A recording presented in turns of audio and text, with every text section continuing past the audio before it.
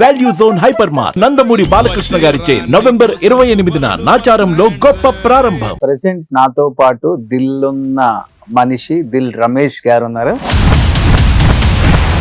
ఒక మంచి డైలాగ్ చెప్పొచ్చు కదా. రోషన్ ఇంటర్వ్యూకి వెళ్తున్నానంటే చాలా మంది పెద్ద వ్యూవర్షిప్ ఉంది, అసలు ఆ దాంట్లో నీకు వచ్చే ఇది వేరేగా ఉంటదని చెప్పారు. ఓకే, నేను కూడా కొన్ని సినిమాల కంటే ఎక్కువ పేరు ఇంటర్వ్యూ ద్వారా వస్తుందని నేను నమ్మి వచ్చాను. Thank you so much.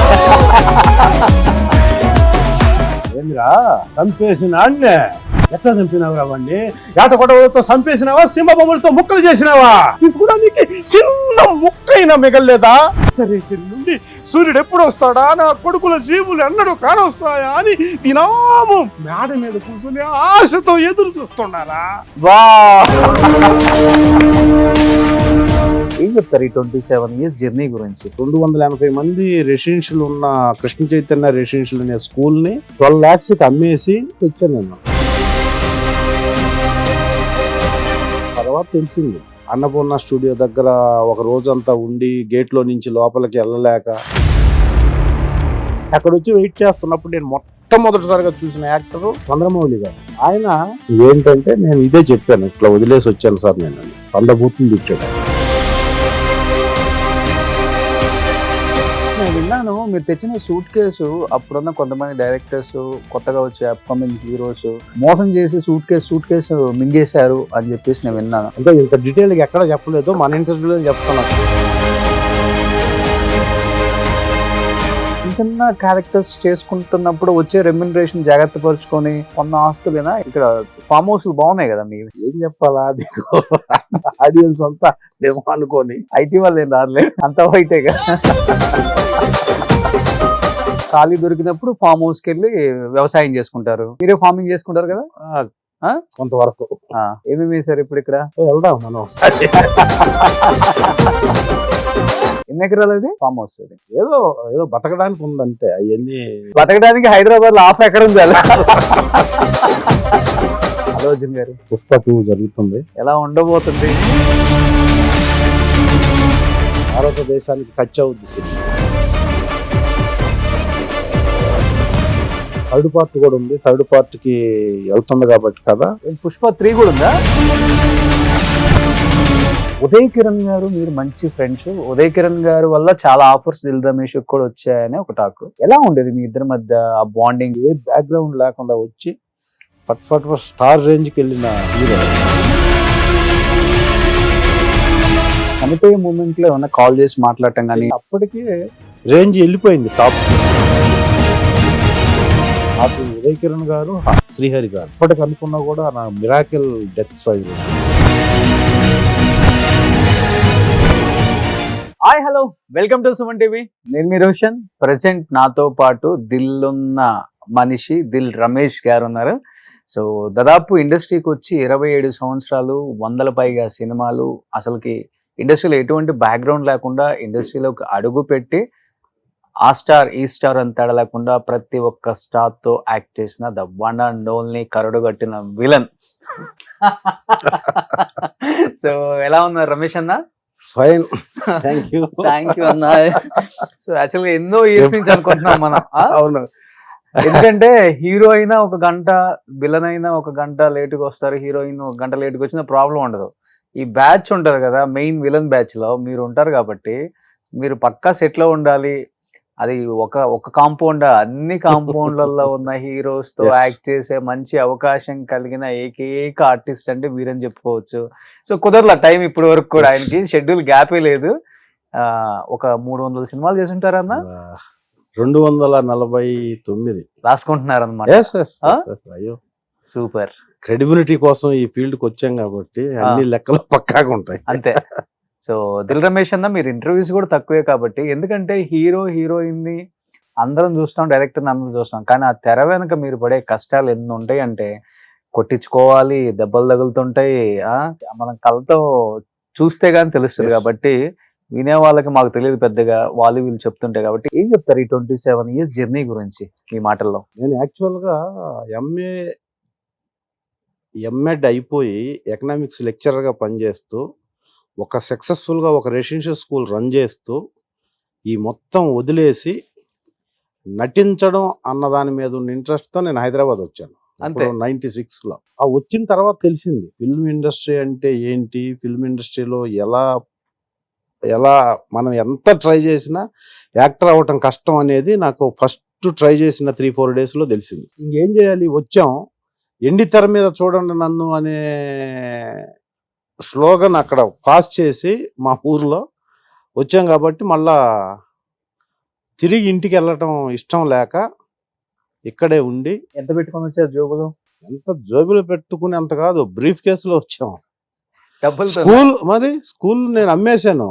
నాది Okay. రెసిడెన్షియల్ స్కూలు 12 lakhsకి అమ్మేసి, అప్పుడులోనే అప్పట్లో 12 lakhs 280 మంది రెసిడెన్షియల్ ఉన్న కృష్ణ చైతన్య రెసిడెన్షియల్ అనే స్కూల్ని వదిలేసి వచ్చా నేను డబ్బు మీరే తీసుకొని. ప్రిన్సిపల్, మీరే ఓనర్. నేనే కరస్పాండెంట్, నేనే ప్రిన్సిపాల్. ఓకే. ప్లస్ మళ్ళీ నేను చదివిన కాలేజీలో ఎకనామిక్స్ లెక్చరర్గా పనిచేసేవాడిని. అవన్నీ వదిలేసి వచ్చాను నేను. అంటే ప్రజానాట్య మండలిలో ఏదో కొంచెం ఉన్న ఎక్స్పీరియన్స్తో మన హైదరాబాద్లో వెళ్ళి ఎక్కడన్నా షూటింగ్స్ జరిగే దగ్గర కనపడితే మనల్ని తీసుకొని మనకు అవకాశం ఇచ్చేస్తారు అన్నంత నాలెడ్జి అప్పట్లో 96, 97లో.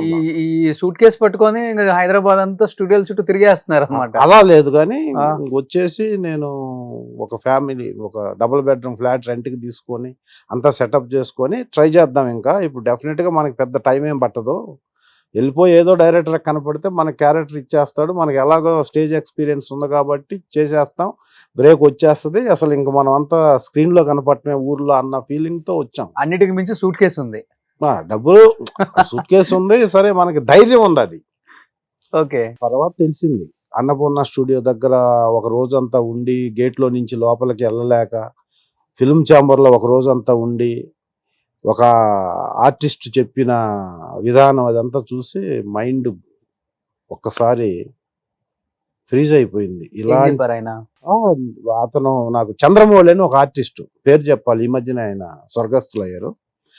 ఆయన నేను ఫస్ట్ టైం చూశాను అక్కడ ఫిల్మ్ ఛాంబర్లో. నేను ఊర్లో ఉన్నప్పుడు ఆయన కూడా పెద్ద ఆర్టిస్ట్, పెద్ద యాక్టర్ నా దృష్టిలో. ఎందుకంటే ముత్యాల సుబ్బయ్య గారి సినిమాల్లో, చాలా సినిమాల్లో నేను చూస్తుండేవాడిని.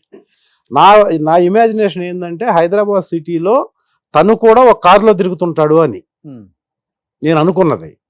నేను ఫిల్మ్ ఛాంబర్లో ఒక గేట్ దగ్గర అన్నపూర్ణ స్టూడియోలో ఒక రోజంతా వెయిట్ చేసి, ఇది కాదు, ఇది ఎవరో చెప్తే ఇక్కడ ఉంటే ఉపయోగం లేదు, ఫిల్మ్ ఛాంబర్ అని ఉంది, అక్కడికి వెళ్ళు, అక్కడ ఫిల్మ్ ఆఫీసులు ఉంటాయి, అక్కడ మీకు డైరెక్టర్ లాగా కనపడిస్తారని చెప్తే అక్కడ వచ్చి వెయిట్ చేస్తున్నప్పుడు నేను మొట్టమొదటిసారిగా చూసిన యాక్టరు చంద్రమౌళి గారు, పెద్ద ఆయన లోనా మీద వచ్చాడు. చిన్నది లోనా, TVS 50 కూడా కాకుండా లోనా అని ఒక బండి చిన్నది, ఆ బండి మీద వచ్చాడు. నాకు ఆయన చూడగానే విత్ ఇన్ సెకండ్స్లో ఫీజులు ఎగిరిపోయి, ఈయన లోనా, అసలు ఆయనైనా కాదా అని చెప్పేసి దగ్గరికి వెళ్ళి కన్ఫర్మ్ చేసుకొని ఆయన తెలిసిన తర్వాత ఆయన బూతులు తిట్టి నన్ను, సార్ మీరు యాక్టర్ కదా అని అంటే, అవును అయితే ఏంటని ఆ సిసి ఆఫీస్కి వెళ్ళి మళ్ళీ వచ్చిందా గంట సేపటికి వస్తే అప్పటి వరకు వెయిట్ చేసి ఆయన అడిగితే, నువ్వేంటంటే నేను ఇదే చెప్పాను, ఇట్లా వదిలేసి వచ్చాను సార్ నేను అని. 100 బూతులు తిట్టాడు ఆయన. ఎందుకు వస్తారాయా మీరు, మేము ఇలాగే వచ్చి ఇదిగో ఇలా కాదు సార్, మీరు చాలా సినిమాల్లో చూసాము, ఈ లోన మీద వచ్చారేంటి సార్ అన్న. ఫస్ట్ ఆయన అన్న డైలాగ్, వీళ్ళు ఇచ్చే ఒక ఫిగర్ చెప్పాడు, ఒక అమౌంట్ చెప్పి రోజుకి నాకు ఇంత ఇస్తారు, ఆ అమౌంట్కి మేము దీని మీద తిరగటం ఎక్కువ, నేను ఇంకా బెటరు దీని మీద తిరుగుతాను, చాలా మందికి ఇది కూడా లేదు అని వెళ్తుంటారు, నేను ఇంకా బెటర్ పొజిషన్లో ఉన్నాను కాబట్టి ఈ బండి మెయింటైన్ చేస్తున్నాను అని. మీరు వెళ్ళిపోండి, మీరు చదువుకున్నారు చక్కగా, స్కూల్ అంటున్నారు, కాలేజీ అంటున్నారు, లెక్చరర్ అంటున్నారు, మీకేం కర్మమ్మా ఇది, ఇమ్మీడియట్గా వెళ్ళిపోయి అది మెయింటైన్ చేసుకోండి, ఇక్కడ ఏమీ కాదు, ఏమీ జరగదు అని చెప్పి చాలా నెగిటివ్గా గంట సేపు చెప్పి వెళ్ళిపోయాడు ఆయన. సో అప్పుడు ఏం చేయాలని అర్థం కాని పొజిషన్లో ఏదో ఒకటి చేయాలి సిటీలో ఉండని, ఇమీడియట్గా ఎడ్యుకేషన్ క్వాలిఫికేషన్ ఉంది కాబట్టి సోమాజీ కూడా ఈనాడులో జూనియర్ మార్కెటింగ్ ఆఫీసర్గా విత్ ఇన్ 1 వీక్లో నేను వేరే రికమెండేషన్తో ఇంటర్వ్యూ చేసి ఇంటర్వ్యూలో సక్సెస్ అయ్యి అక్కడ ఎంప్లాయీగా జాయిన్ అయ్యాను. ఈనాడు సోమాజీ కూడా జాయిన్ అయ్యి 5 months చేస్తున్నప్పుడు, అంటే ఇంత డీటెయిల్గా ఎక్కడ చెప్పలేదు, మన ఇంటర్వ్యూలో చెప్తున్నాం ఈ స్ట్రగుల్స్ అని. ఎందుకంటే ఇప్పుడు అప్కమింగ్ చాలా మంది ప్రొఫెషనల్స్ వచ్చేస్తున్నారు, వేలాది మంది వస్తున్నారు. ఈ స్ట్రగుల్ ఇప్పుడు ఉంది, అదే ఇప్పుడు ఇంకా ఎక్కువ ఉంది స్ట్రగుల్. సో నేను ఈనాడులో జాయిన్ అయిన 5 months అయిన తర్వాత రెగ్యులర్ అవుతున్న టైంలో నాకు మా కొలిగ్ ఒక అతను వేరే ఫిల్మ్ ఇండస్ట్రీకి సంబంధించిన ఒక ల్యాబ్ ఉంది, చిన్న ల్యాబ్. ఆ ల్యాబ్లో ఒక చిన్న ఇంటర్మీడియట్ చదివిన కుర్రోడు కావాలంట, ఏదో ఆర్గనైజ్ చేయడానికి ఒక అసిస్టెంట్ మేనేజర్గా. నీకు తెలిసిన వాళ్ళు ఎవరన్నా ఉంటే నా పేరు చెప్పి అక్కడికి ఇంటర్వ్యూకి పంపి సెలెక్ట్ అయితే తీసుకుంటారు వాళ్ళు అని చెప్పాడు. ఏంటంటే అతను చెప్పింది ఫిల్మ్ ఇండస్ట్రీకి సంబంధించిన ల్యాబ్ ఒకటే చెప్పాడు. ఫిల్మ్ ఇండస్ట్రీకి సంబంధించింది అయితే మనం వెళ్ళిపోవచ్చు కదా అని చెప్పి సండే నేను వెళ్ళాను డైరెక్ట్గా ఆ అడ్రస్ను పట్టుకొని ఆ ఇంటర్వ్యూకి. అది ప్రసాద్ ల్యాబొరేటరీస్ ఎండి అయిన నాగినీడి గారు సొంతంగా పెడుతున్న ఒక ల్యాబ్. అప్పట్లో ఆయన కూడా ఆర్టిస్టే కదా, ఆయన తర్వాత అయ్యాడు ఆర్టిస్టు. అప్పుడు ప్రసాద్ ల్యాబ్ ఎండి ఆయన. నేను వెళ్ళి ఆయనతో డైరెక్ట్ ఫేస్ టు ఫేస్ మాట్లాడినప్పుడు ఆయన నేనే ఈ ల్యాబ్ పెడుతున్నాను, నువ్వెవరు ఏంటంటే ఇట్లా సో చెప్పాడండి, నేను చేస్తాను మీ దగ్గర. అంటే నువ్వేంటి అని అంటే నేను ఈ మొత్తం చెప్పేశాను. ఇంత హైలీ క్వాలిఫైడ్ పర్సన్ నాకు అవసరం లేదు, పైగా నువ్వు అసలు అవసరం లేదు, సినిమా పిచ్చున్నోడివి, నాకు సినిమా ల్యాబ్కు సంబంధించిన వర్క్ చేయాలి తప్ప సినిమా పిచ్చున్నోడు నాకు పనికిరాడు ఇక్కడ, కాబట్టి నువ్వు అన్ఫిట్, నువ్వు వెళ్ళిపో నువ్వు అని చెప్పాడు.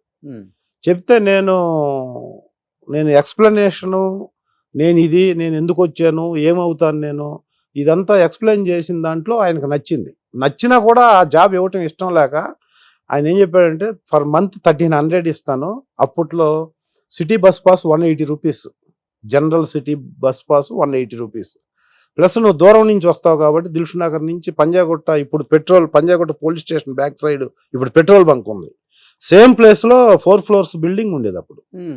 ఆ దాంట్లో ఫస్ట్ ఫ్లోర్లో ఆయన రెసిడెన్సీ, గ్రౌండ్ ఫ్లోర్లో ల్యాబ్. ఓకే, ఇంత దూరం నువ్వు రావాలంటే నీకు కొంచెం ప్రాబ్లం అవుతుంది, 180 రూపాయలు బస్ పాస్కి ఇచ్చి 1300 శాలరీ ఇస్తాను, ఏంటి నీ పొజిషన్ అంటే ఎప్పటి నుంచి రమ్మంటారు సార్ అని చెప్పి వితౌట్ ఇంటిమేషన్లో ఈనాడులో ఇంటిమేట్ చేయకుండా మళ్ళీ ఈ ల్యాబ్లో జాయిన్ అయ్యాను నేను, ఇంట్లో కూడా తెలియకుండా. ఏదో ఒక అవకాశం వస్తుంది ఇక్కడ ఉంటే. సినిమా ఇండస్ట్రీ అనేది ఆయనకు చెప్పాను నేను, సార్ నేను వర్క్ చేస్తాను, మీకు కాన్ఫిడెన్స్ లేకపోతే నన్ను ఏ రోజు మానేయమంటే ఆ రోజు మానేస్తాను, మీకు నా వర్క్ మీద కాన్ఫిడెన్స్ ఉండి నేను డెవలప్ చేస్తున్నానని నమ్మితే ఎప్పుడన్నా మీరు నాకు హెల్ప్ చేయాలనుకుంటే నేను ఇది సార్, నేను ఇలా వచ్చాను, ఇందుకు వచ్చానని క్లియర్గా చెప్తే నేను జీవితంలో హెల్ప్ చేయను, చేసినా అది అవ్వదు, ఇక్కడ యాక్టర్ అవ్వడం అనేది చాలా కష్టమైన పని, అది జరగదు, నువ్వు ఎంప్లాయీగా ఉంటానని డిసైడ్ అయితే రా, లేకపోతే లేదని చెప్పి ఆ ఫైనల్గా ఈ శాలరీకి ఎలాగో జాయిన్ అవ్వడం చెప్పాడు ఆయన. అంత పెద్ద స్కూలు, ప్రిన్సిపాల్, కరస్పాండెంట్, అమ్మొచ్చి సూట్ కేసు డబ్బులు, తీరా చూస్తే 1100కి జాయిన్ అప్పటికి తెచ్చిన డబ్బులు చాలా అయిపోయినాయి. చాలా అయిపోవడం అంటే నేను విన్నాను, మీరు తెచ్చిన సూట్ కేసు అప్పుడున్న కొంతమంది డైరెక్టర్స్, కొత్తగా వచ్చే అప్కమింగ్ హీరోస్ మోసం చేసి సూట్ కేసు మింగేశారు అని చెప్పేసి నేను విన్నాను. అసలు సమస్య లేదు, ఒక్క రూపాయి కూడా నేను అలా ఎక్కడ ఎవ్వరికి. అవకాశాల కోసం డబ్బు పెట్టండి, అప్పుడు ఎక్కువ ఉండేది, అవకాశం కావాలంటే డబ్బు ఇవ్వాలి మనం. అవునవును, ఇప్పుడు డబ్బు తీసుకుంటున్నాం, కానీ మీ టైంలో అంతా డబ్బు ఇవ్వాలి, ఇవ్వాలి. ఇప్పుడు కూడా ఉందనుకోండి, ఇప్పుడు కూడా ఉంది, ఇప్పుడు ఇంకా ఎక్కువ ఉంది అది, కానీ అది ఎప్పుడు ఉంటది ఇండస్ట్రీలో. ఎందుకంటే ఈ క్రియేటివ్ ఫీల్డ్ లో ఇది ఓషన్, దీంట్లో ఒక లిమిటేషన్ లేకుండా వస్తుంటారు కాబట్టి మోసపోయేవాళ్ళు మోసం చేస్తుంటారు, మోసపోయేవాళ్ళు ఉన్నంత వరకు మోసం చేసేవాళ్ళు ఉంటారు. అది వాళ్ళ తప్పు కాదు, వీళ్ళ తప్పు కాదు. బట్ నేను ఎక్కడ 1 రూపీ కూడా, ఈవెన్ సింగిల్ రూపీ కూడా నేను ఎవరి దగ్గర మోసపోలేదు, ఎవరికి ఇవ్వలేదు. మరి స్కూల్ మీద వచ్చిన డబ్బులన్నీ తీసుకొచ్చారు, మరి ఏం చేసేసారు ఇక్కడ హైదరాబాద్ లో? మరి సినిమా ఏమైనా తెద్దాం అనుకున్నారా? లేదు, నేను తెచ్చింది పెద్ద అమౌంట్ కదా, అప్పుడు 10-12 లక్షలు తెచ్చాను, పెద్ద అమౌంట్ కదా అప్పుడు. అవును, అప్పుడు నేను ఈ మెయింటెనెన్స్ కి వాటికి పోగా నేను వేరే సైట్లు తీసుకున్నాను. అప్పుడే ఇండస్ట్రీకి రాకముందే నేను ఒక సైట్ కొన్నాను, ఆ సైట్కి ఆ డబ్బులు పెట్టాను. తెలుసు, నాకు అర్థమైపోయింది ఇది ఇంకా నేను యాక్టర్ అవ్వటం అనేది ఇది ఇంపాసిబుల్. ఇది అయితే నేను అప్పటికి మ్యారీడ్, నేను ఎలాగో సిటీకి వచ్చాను కాబట్టి సిటీలో లైఫ్ లీడ్ చేయాలంటే మనకు ఓన్ హౌస్ ఉండటం కోసం ఏం చేయాలి అని అప్పుడే ఆలోచించి, అప్పుడే నేను కుకుట్పల్లి హౌసింగ్ బోర్డులో ఇప్పుడు ఫోరం మాల్ ఉన్న దాని బ్యాక్ సైడ్ నేను అప్పుడే సైట్ తీసుకున్నాను. ఓకే, సైట్ పెద్ద 5 floors ఇల్లు మీదేనా? 5 floors పెద్దది కాదు, కానీ హైదరాబాద్లో లావిష్గా లైఫ్ లీడ్ చేయడానికి కావాల్సిన ఎన్విరాన్మెంటల్లో ఫిక్స్ చేసుకున్నాం అది. ఓకే, సో అది నేను 2000 కంటే ముందే అక్కడ సైట్ తీసుకోవటం, అలా డబ్బులు ఇన్వెస్ట్ చేశాను తప్ప నన్ను ఎవరు మోసం చేయలేదు, నేను ఎక్కడ మోసపోలే. కానీ నాకు తెలిసి ఇది అంటే అలా డబ్బులు పెట్టి యాక్టర్ అవ్వాలనేది ఇంపాసిబుల్. ఇక్కడ మన వర్త్, మన ఆత్మవిశ్వాసంతో, అంటే self confidence, self defence, self satisfaction, ఈ 3 వదిలేస్తే యాక్టర్ అయినా కోట్లు సంపాదించిన వేస్టే నా దృష్టిలో. అప్పటి నుంచి చదువుకున్నారు కాబట్టి మీరు. ఇప్పటికి కూడా సెల్ఫ్ కాన్ఫిడెన్స్, సెల్ఫ్ సాటిస్ఫాక్షన్ లేకుండా నువ్వు ఎన్ని 100 కోట్లు ఉన్నా కూడా వేస్టే. ఎందుకంటే డబ్బు మనల్ని కాపాడేంత వరకు ఉండాలి తప్ప మనం దాన్ని కాపాడేంత స్టేజ్కి వెళ్ళిపోయిన తర్వాత టెన్షన్ లేదు. అవును, అది వేస్ట్. అది నాకు మొదటి నుంచి ఉంది కాబట్టి నేను ఎక్కడ ఎవరిని ఇలా బ్లేమ్ చేసే వాళ్ళ దగ్గరకు దరిదాపులకు కూడా వెళ్ళలేదు. అందుకని నాగిరెడ్డి గారికి నేను క్లియర్గా ఎక్స్ప్లెయిన్ చేయటంలోనే ఆయనకి నచ్చి ఈ కుర్రోడు బాగానే ఉన్నాడు చూద్దామని చెప్పి పెట్టుకున్నాను. నన్ను పెట్టుకున్న తర్వాత నేను ఆ ల్యాబ్లో దాదాపు 2.5 years వర్క్ చేశాను. 2.5 yearsలో ల్యాబ్ చాలా డెవలప్ అయింది. 15-20 మంది స్టాఫ్ వచ్చారు. దానికి ల్యాబ్ ఇప్పటికీ రన్ అవుతుంది. అలా నేను చేస్తున్న ప్రాసెస్లో నేను ఒక ఆల్బమ్ తయారు చేసుకొని నాకు ఉన్న వర్క్ ఎక్స్పీరియన్స్, ఈ మేనేజర్సు, స్టిల్ ఫోటోగ్రాఫర్సు, ప్రొడ్యూసర్స్ వీళ్ళందరూ నాకు పరిచయం. అప్పుడు నన్ను ల్యాబ్ రమేష్ అనేవాళ్ళు. ఆయన దగ్గరికి వెళ్తాం. ఆయన ల్యాబ్ హెవీగా సక్సెస్ అయ్యి 2 బ్రాంచీలు అయినాయి. ఆదిత్య మైత్రివనంలో ఆదిత్య కాంప్లెక్స్లో ఒక బ్రాంచ్ పెట్టాం. అప్పుడు టోటల్గా 2కి నేనే ఇన్ఛార్జ్. ఓకే. సో ఆ డెవలప్ అయిన ప్రాసెస్లో నా ఎయిమ్ ఇది కాబట్టి నాకు ఒకసారి సీతారాముల కళ్యాణం చూత్తమరారండి అనే సినిమా నేనే ప్రాసెసింగ్ ప్రింటింగ్ మా ల్యాబ్లో జరిగినప్పుడు వైవిఎస్ చౌదరి గారు ల్యాబ్కి వచ్చారు. వైవిఎస్ చౌదరి దగ్గర రాజా అని ఒక స్టిల్ ఫోటోగ్రాఫర్ ఉంటారు. ఆయన నాకు అప్పుడు బాగా క్లోజ్, అందరూ క్లోజు, ఆయన ఎక్కువ క్లోజ్ అనమాట. సో ఆయన పట్టుకొని వైవిఎస్ చౌదరి గారికి పరిచయం చేయించిన తర్వాత ఆయన అప్పుడు 2వ సినిమాకి ప్లాన్ చేస్తున్నాడు, సీతారామరాజు. ఓకే. 98 సెప్టెంబర్ 13వ తేదీ స్టార్ట్ అయింది. ఆ సినిమాలో నాగార్జున హరికృష్ణ గారి ఇంట్లో ఒక 5-6 మంది కుర్రోళ్ళు ఉంటారు. దాంట్లో ఇతను ఎక్స్పీరియన్స్ బాగా టెస్ట్ చేశారు నన్ను. ఒక వీడియో పెట్టి వీడియో షూట్ చేసి ఇవ్వచ్చు మనం అని చెప్పి కన్ఫామ్ చేసి, ఒక 40 days ఉంటుంది నీకు మొత్తం సినిమాలో, మరి జాబ్ని ఏం చేస్తావంటే మళ్ళీ నాగిరెడ్డి గారి దగ్గర కూర్చొని ఇది ఫుల్ స్వింగ్లో ఉంది ల్యాబ్, నేను మానేస్తున్నాను సార్ అని చెప్తే, ఎందుకు ఏంటంటే ఆయన దగ్గర మళ్ళీ క్లారిఫికేషన్ తీసుకొని ఇంట్లో కూడా చెప్పి నువ్వు డెసిషన్ తీసుకో. అప్పటికి ఎంత నా శాలరీ 25,000. 2.5 years నేను 25,000 వెహికల్, ఒక స్కూటర్, నాకు పెట్రోలు, హౌస్ రెంట్ ఇదంతా కంపెనీ బేర్ చేసే స్టేజ్కి వచ్చింది ల్యాబ్. చాలా బాగా చూసేవాడు నన్ను ఆయన. సో ఆ స్టేజ్లో వెళ్ళి మళ్ళా సార్ ఏంటి నాకు ఇట్లా అవకాశం వచ్చింది, నన్ను ఏం చేయమంటారు అంటే ఆయన చాలా జెన్యున్గా, ఒకప్పుడు మొబైల్ లింక్ అని ఒక పేజీ ఉండేది, సెల్ ఫోన్లు అప్పుడప్పుడే వస్తున్నాయి, సెల్ ఫోన్లు కొనే స్టేజ్ ఉందో లేదో తెలియకుండా సెల్ ఫోన్ కొని అంత ఇన్వెస్ట్ చేయడం కష్టం అని చెప్పి ఫస్ట్ నన్ను సినిమా ఇండస్ట్రీకి ఫస్ట్ నా 1998 సెప్టెంబర్ 13 షూట్కి వెళ్ళే ముందు రోజు మొబైల్ లింక్ పేజర్ కొనిచ్చి, ఇది పెట్టుకొని ఇంట్లో ఎక్కడో ఫోన్ ఉంటే కాదు, సినిమా వాళ్ళు ఎప్పుడంటే అప్పుడు ఫోన్ చేస్తుంటారు, కమ్యూనికేషన్ ఉండాలని ఒక మొబైల్ లింక్ పేజర్ కొనిచ్చి 2500 పెట్టి నన్ను షూట్కి పంపించాడు ఆయన. ఇప్పటికి అదే బాండింగ్ ఉందా మీ ఇద్దరి మధ్య? సో మీరేమో కొంచెం ముందు అయ్యారు, ఆయన కొంచెం లేట్గా అయ్యారు, అంతకుమించి ఏం లేదు. ఆయన కొడితే ఆ మర్యాద రామన్న సినిమాతో ఎక్కడికో వెళ్ళిపోయారు. అవును, ఆయన బ్యాకప్ వేరు. ఆయన కూడా ఇన్ ద సెన్స్ ఆయన కూడా ఫస్ట్ యాక్టర్ కావాలని వచ్చాడు. వచ్చి ప్రసాద్ ల్యాబ్లో అలా అంచెలంచెలుగా ఎదిగి ప్రసాద్ ల్యాబ్ జనరల్ మేనేజర్ వరకు, జిఎం వరకు ఎదిగి, ఆ తర్వాత ఆయన అంబిషన్ యాక్టర్ కావాలి, యాక్టర్ అయ్యాడు, తర్వాత రిటైర్డ్ అయ్యాడు. ఓకే. ఇప్పుడు ఆయన ల్యాబ్ ఉందా? లేదు, ఆయన రిటైర్డ్ అయిపోయాడు ల్యాబ్లో నుంచి. ఓకే. ల్యాబ్లో ఆయన జిఎంగా ఎంప్లాయీ కదా ఆయన. ఓకే. ఆ సర్టన్ ఏజ్ అయిపోయిన తర్వాత రిటైర్డ్ అయిపోయాడు. ఇప్పుడు హ్యాపీగా ఆయన ఫిల్మ్స్ చేసుకుంటున్నాడు. అంటే బేసికల్గా చూసుకుంటే మనం ఎక్కడ చూసుకున్నా హీరోకి వస్తుంది సినిమా అయిపోయిన తర్వాత ఆ టైటిల్తో, అల్లరి నరేష్, జయం రవి ఇలా వింటుంటాం. అలాంటిది దిల్ సినిమాతో ప్రొడ్యూసర్ కను దాంట్లో పనిచేసిన యాక్టర్కి మారిపోయింది అనమాట. ఆయన పేరు దిల్ రాజు, మీరు దిల్ రమేష్ అయిపోయారు. కూడా ఎక్కడో నేను దిల్ నితిన్ అవుతాడు అనుకున్నారు అందరూ. నేను యాక్టర్ గా కూడా ఎన్నో ప్లేసు, ఏదో ఒక చిన్న క్యారెక్టర్ అది.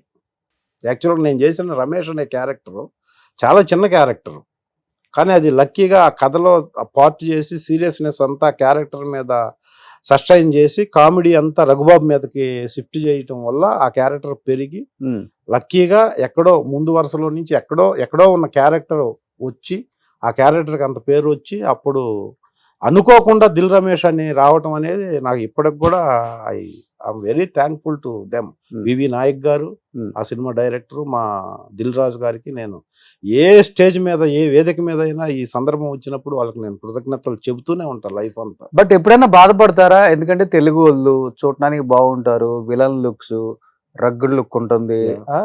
వాయిస్ బాగుంటుంది. తెలుగులో ఇన్ని సినిమాలు చేసినప్పుడు కూడా ఏదో ఒక సినిమాలో విలన్ గా కాకుండా ఎప్పుడు ఆ విలన్ వెనకున్న ఆ బ్యాచ్ లో ఇంకొక విలన్ గా కనిపించాల్సి వస్తుంది. ఎన్నాళ్ళు ఇది అని అనిపించిన రోజులు ఉన్నాయా అన్న? ఫిల్మ్ ఇండస్ట్రీకి సంబంధం మీరు అన్నారు, ఏ బ్యాక్గ్రౌండ్ లేకుండా ఎక్కడి నుంచో యాక్ట్ చేయాలని వచ్చి అది ఫస్ట్ స్టెప్. ఆ ఫస్ట్ స్టెప్, సెకండ్ స్టెప్ లో ఆల్రెడీ మనం వచ్చేసాం ఇంకా. వచ్చేసాం. ఆ, 26 years గా సర్వైవల్ తీసుకొని ఇక్కడ ఇదే ప్రొఫెషన్ లో లైఫ్ స్టైల్ లీడ్ చేస్తూ ఉండటం అనేది కలామ తల్లి ఇచ్చిన అదృష్టం ఒక రకంగా, ఫస్ట్ పాయింట్. ఎందుకంటే ఇంత టైం సస్టైనబిలిటీ ఉండాలంటే చాలా కాన్ఫిడెన్స్, మనకు చాలా ఫ్రెండ్ సర్కిల్, చాలా డెడికేషన్, సిన్సియారిటీ ఇవన్నీ ఉండాలి మనకి. సో ఉన్న తర్వాత కూడా ఎందుకు రాలేదు నాకు అనేది ఉంటది. ఎందుకు రావట్లేదు అంటే ఎందుకు అడిగానండి ఈ క్వశ్చన్? సినిమా ఉన్నంత కాలం, సినిమా బతికున్నంత కాలం అందరు మారొచ్చామో గానీ హీరో, హీరోయిన్, విలన్ ఈ మూడు మారవు. అందుకని ఆ మూడు ఉన్నన్ని రోజులు మీరుంటారు. ఉంటాం. ఉండటం వేరు. ఒక స్టేజ్ మీరు అన్నారు చూసారు, ఎందుకు నాకు ఫస్ట్ లీడ్ అంటే ఏదైనా ఫస్ట్ లీడ్ అనేది వస్తున్నారు వెళ్తున్నారు, ఇంతమంది వస్తున్నప్పుడు మనకి ఇచ్చేవాళ్ళు వచ్చేంత వరకు మనకు ఆ ఫస్ట్ లేయర్లో ఒక క్యారెక్టర్ ఆర్టిస్ట్గా టర్న్ అయిన తర్వాత ఇప్పుడు యాత్ర ఉంది సినిమా, నాకు సంబంధం లేకుండా నాకు ఒక హెవీగా ఎమోషను, సెంటిమెంట్ ఉన్న క్యారెక్టర్ని డైరెక్టర్, ప్రొడ్యూసర్ కలిపి డిసైడ్ చేసి ఇచ్చారు. 43 రోజులు మమ్ముట్టి గారితో త్రూఅవుట్ క్యారెక్టర్ చాలా ఎమోషన్ ఉంటుంది ఆ సినిమాలో. ఆ క్యారెక్టర్ ఇచ్చారు. అది ఇస్తారని, ఆ క్యారెక్టర్ నేను చేస్తానని అంతకుముందు అనుకోలేదు. అలాగే మిర్చి, అంతకుముందు ప్రస్థానం, ఇలా చెప్పుకుంటా పోతే ప్రతి సంవత్సరం ఏదో ఒక సినిమా నా సస్టైనబిలిటీ నిలబెట్టి ఇంకొంచెం ఒక స్టెప్ ముందుకు తీసుకెళ్లే సినిమాలు వస్తాయి. కానీ దానికోసం మనం ఎంపర్లాడి దానికోసం పరిగెత్తి ఏవేవో చేసి ఇవన్నీ నేను చెయ్యను కూడా. నేను ఇందాక చెప్పాను చూసా, self respect, self confidence, self satisfaction, ఈ మూడింటిని వదిలేసి నేను ఏ పని చేయను.